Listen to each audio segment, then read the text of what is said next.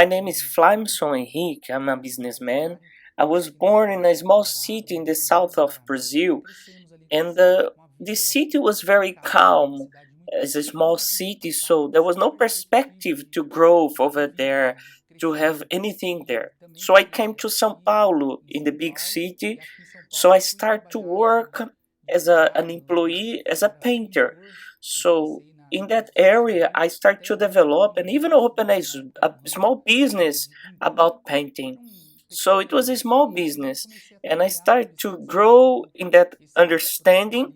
And I also start to acquire debt because of that small business. And my employees, I could not pay them, and I have loads of that, over 100,000. So there was this friend of mine who I went to request him to lend me some money. And when he looked at my situation, he told me his experience and he invited me to come to the church. So when I arrived was the campaign of Israel. So when I came to the church, I see that testimonies. I saw what the man of God was proposing, the altar, and I said, my life can change. My life is not as bad as these people who were giving the testimonies. So the altar changed their lives. So what I had yet, it was a big car that was worth 85,000. That was the amount, and I was selling it half price to pay my debt. So I said, this is the opportunity for me to go up to the altar and make this test with God. So I went to the altar, I placed that amount on the altar, and my life started to change. I start to see the answer of God, and the altar works. So that period that everything was bad, I start to close many contracts, and I close 1.5 million. I pay all my debts. I recover my business, and I start to make many contracts. So time passed, and I start to look at my conquest. I stopped looking at the altar. I was looking not with fear anymore to the altar. I was not ready to obey anymore. So I lose the focus and I start to put all my strength in what I had. And there was another campaign that came. And God called me on that time to give the new truck that I have, the one that I really, really liked. And I remember, and I went to the shopping center and I went and bought a ticket to go on a cruise ship. The day of me to join the cruise ship was the day to go up on the altar. So I turned my back on the altar and I went on the cruise ship, and I went on that travel, in that journey. And I say, the ship did not sink, but my life sank. Because when I got back, all the contract that I have ready to answer, it was cancelled. The problem was not just not put the truck on the altar. The problem was back there, where I lost the fear. I was not doing what I have to do, the communion with God, the prayers. I have touched the tithe. I have stopped giving offerings. I saw offerings with another eyes, with malice, and I start to serve myself. So I stopped serving the altar and start to serve myself. So I was doing my desires, my will, and not the will of God, that the one that He wants for me. I start to see the losses. The truck that God asked me, I lost for the debts. The contracts that everything was nearly done, everything stopped, stuck.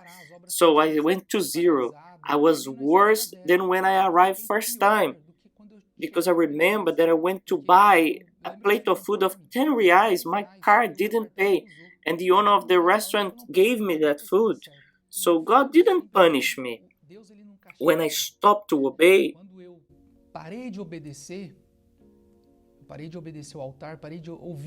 I stopped to obey the altar. I stopped to hear the voice of God. And this was the consequence. And the worst for me was my spiritual life, the emptiness that I had. This is something that even if I could conquer something after, this was not going to supply the emptiness that I have inside of me, that uncertainty. Because when you are far from God, you live in insecurities. And I was asking God to have mercy because I want to change. I want to leave that situation behind. And I had no strength. So when I woke up, truly, And I said, God changed my life one day, my story. So I remember I had nothing left. I came to the church back walking by foot. I would live very far from the church. And the day I arrived, it was so strong because when I arrived at the door, I saw the altar ready for one more campaign of Israel. And I said, look how God is marvelous.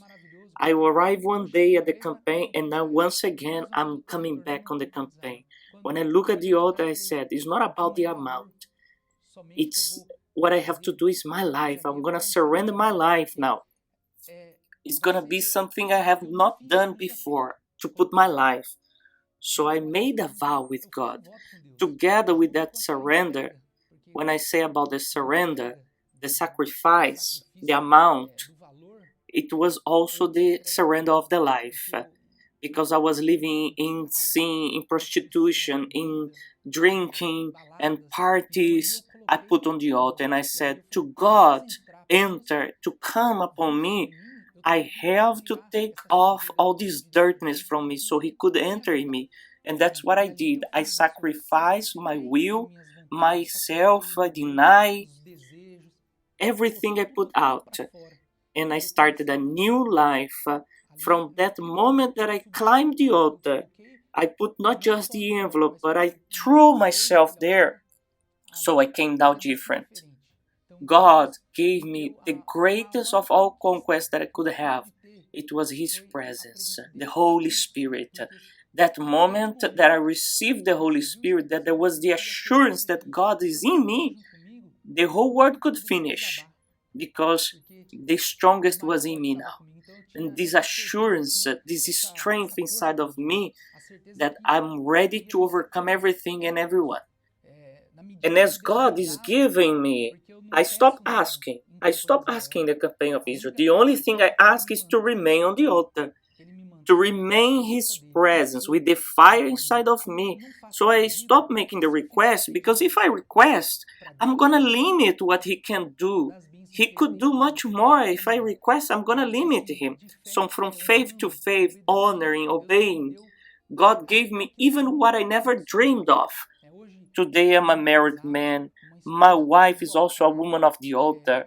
And recently I became a father. That was a dream of mine. And my family is blessed. I have my business.